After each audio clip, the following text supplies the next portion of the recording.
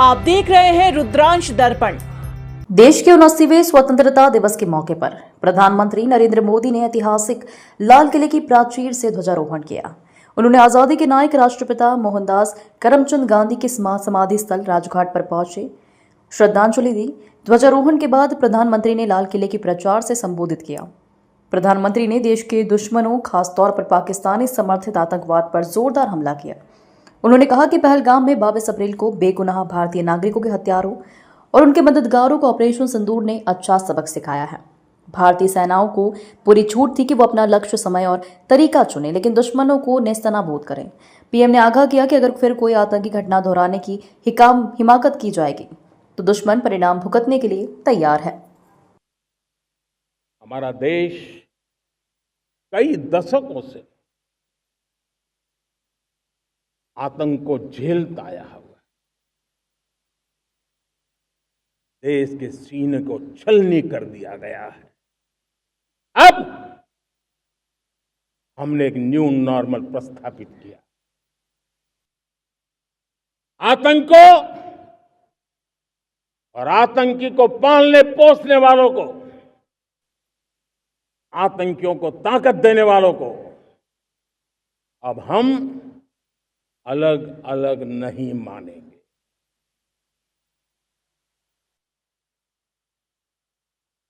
वो मानवता के समान दुश्मन है, उनके बीच कोई फर्क नहीं है।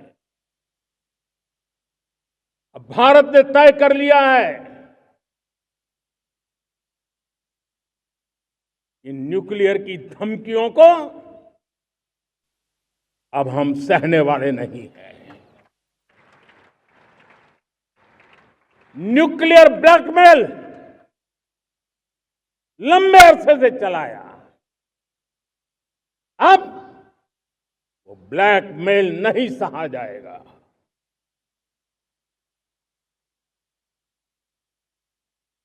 आगे भी अगर दुश्मनों ने ये कोशिश जारी रखी, हमारी सेना तय करेगी,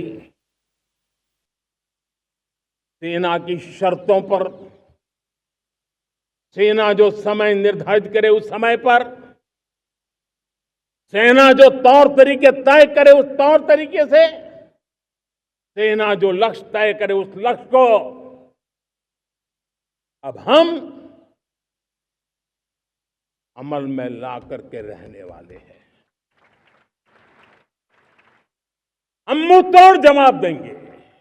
मुझे बहुत गर्व हो रहा है, आज मुझे लाल किले की प्राचीर से ऑपरेशन सिंदूर के वीर जाबाजों को सैल्यूट करने का अवसर मिला है। हमारे वीर जाबाज सैनिकों ने दुश्मनों को उनकी कल्पना से परे सजा दी है।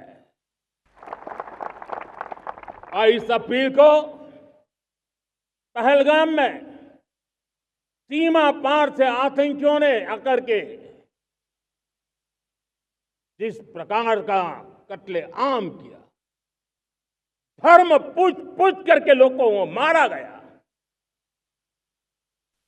पत्नी के सामने पति को गोलियां दी, बच्चों के सामने अपने पिता को मौत के घाट उतार दिया गया। पूरा हिंदुस्तान आक्रोश से भरा हुआ था। पूरा विश्व भी इस प्रकार से संहार से चौंक गया था। मेरे प्यारे देशवासियों,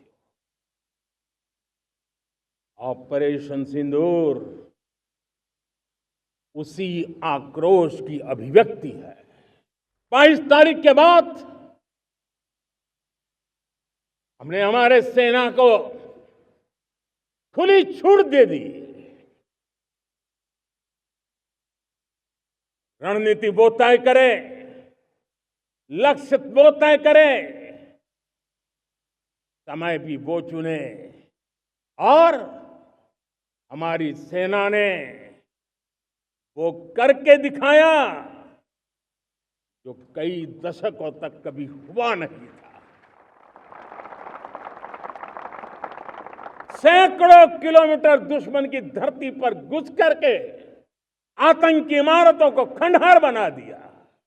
पाकिस्तान की नींद अभी भी उड़ी हुई है। पाकिस्तान में हुई तबाही इतनी बड़ी है कि रोज नए नए खुलासे हो रहे हैं, नई नई जानकारियां आ रही हैं। बजट का बहुत बड़ा हिस्सा ये पेट्रोल, डीजल, गैस इन सबको लाने के लिए खर्च होता था। लाखों करोड़ रुपए चले जाते थे।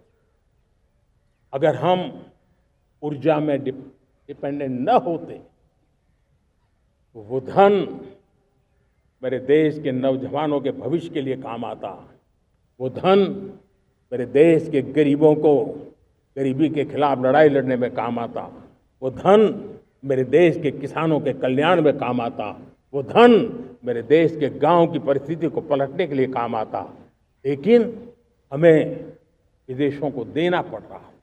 अब हम आत्मनिर्भर बनने की दिशा में काम कर रहे हैं।